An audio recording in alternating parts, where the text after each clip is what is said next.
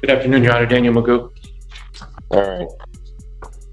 Mr. Gu, you are representing yourself. I do have to apprise you that you are before the court on charge of resisting and obstructing a police officer. That is a high court misdemeanor, or what technically is known as a high court misdemeanor and or felony, punishable by up to 2 years, $2,000 fine plus court costs. There are great perils in representing yourself in this. You have to understand that I am going to treat you the same as though you know the laws and the rules of evidence. I will not treat you worse because you are not represented. I will not treat you better or grant any favors or try to clarify anything for you. If, for whatever reason, during any point in this proceeding, you wish to be represented by counsel and cannot afford to hire counsel, counsel will be appointed to represent you. As I have in the past hearings asked you to acknowledge what I've said, I'm going to only indicate that I believe that you understand English. You believe that the words that I have said to you are understood, so that we don't get into, you need to remove the gum from your mouth. Mr. McMeo is back, and he's about to learn the hard way why having a lawyer in court isn't just a suggestion, it's a necessity. If this is your first time on the channel, welcome. This is part 2 of a video we posted a little while ago, where we covered the beginning of Mr. McMeo's courtroom saga, and let's just say, it was a rough start. McMeo has a way of making things harder on himself. He refuses to answer Judge Simpson's basic questions, acts overly confident, and frankly comes off as smug and unprepared. To top it off, he was literally chewing gum in court with no legal representation. Not exactly the best look, seriously. Folks, if you ever find yourself in a courtroom, don't follow his lead, get a lawyer. It makes all the difference. But enough from me, let's jump right into the footage and see how things unfold for Mr. McMeo this time around. And Thank you. so I will not ask you to acknowledge. I will presume that you do indeed understand everything that I've said. Now, having said that, what are we doing with this case? I'd like to move for evidentiary hearing or You wish to have a preliminary examination? preliminary examination. Yes, sir. Would the people have their witnesses available the second? We can try, Your Honor, but before moving toward that, would the court be willing to make its inquiries about discovery? I am aware of the defendant having filed a writ of mandamus with the Court of Appeals of the state of Michigan. Yes. That was subsequently without prejudice by the Court of Appeals. Correct. Contained within that, though, there are allegations that my office has violated its Brady obligations and has not provided sufficient discovery.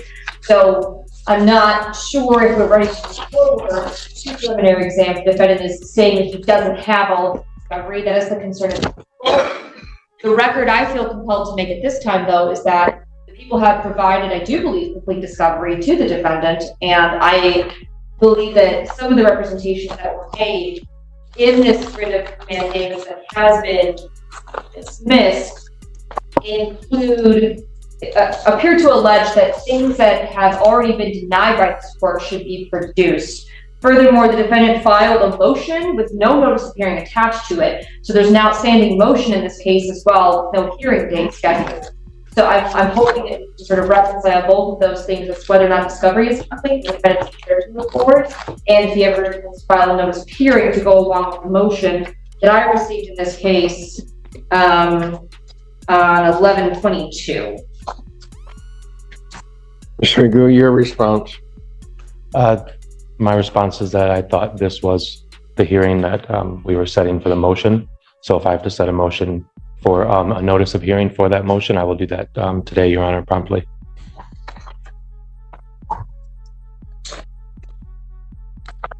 What about discovery? I'm ready to move forward on my what I meant by my discovery comment was that there's still no exculpatory evidence as far as that I did anything wrong, as far as anything that they've submitted. So it was improper for the wording, Your Honor. I apologize, but my ultimate goal is have the prosecution present their evidence against me. I'm going to indicate discovery is complete because I don't know what you're saying, because what you just said regarding discovery didn't make any sense. As it regards the motion, we will hear the motion the motion will be heard on date of exam. Thank you, Your Honor. Deal with it at that point in time. So the people would have their witnesses available on the second.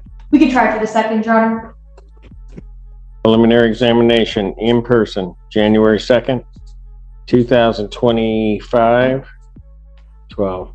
Yeah. 12 noon, that is before me. Thank you, Your Honor. And continue. Guy right here is the perfect example of why you absolutely need legal representation in court. Not only is he representing himself, but he's doing it with an attitude that's doing him no favors.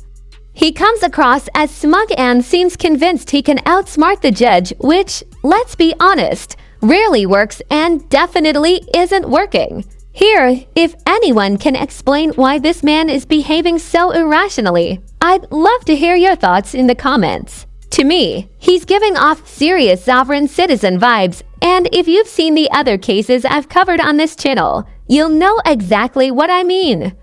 That same overconfident, anti-authority tone where they act like courtroom rules. Don't apply to them. It never ends well. Here's the serious part. This man is in court facing charges for assaulting a police officer. On top of that, he's lost custody of his child as a result.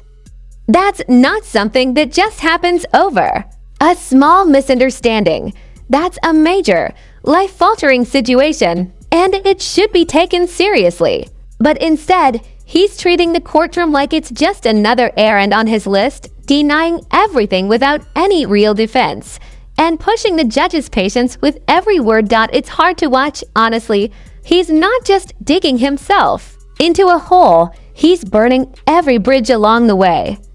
The judge clearly has no patience left for his behavior. And I imagine many people watching this feel the same way. Look, representing yourself in court is rarely a good idea. I don't know if it's just sovereign citizens who think this is a good move, but I've never seen it go well. This case is no exception. And let's not forget, this man lost custody of his child. That's incredibly serious. His behavior doesn't just seem immature. It raises real questions about his stability and ability to make sound decisions, especially as a parent. That's it for my breakdown today. I'll be covering the follow-up court hearing when it drops this January, and I have a feeling it's going to be just as intense, if not more. If you enjoyed the breakdown or found it insightful, feel free to give this video a like and subscribe to the channel. It helps more than you know. Thanks again for watching, and as always, take care.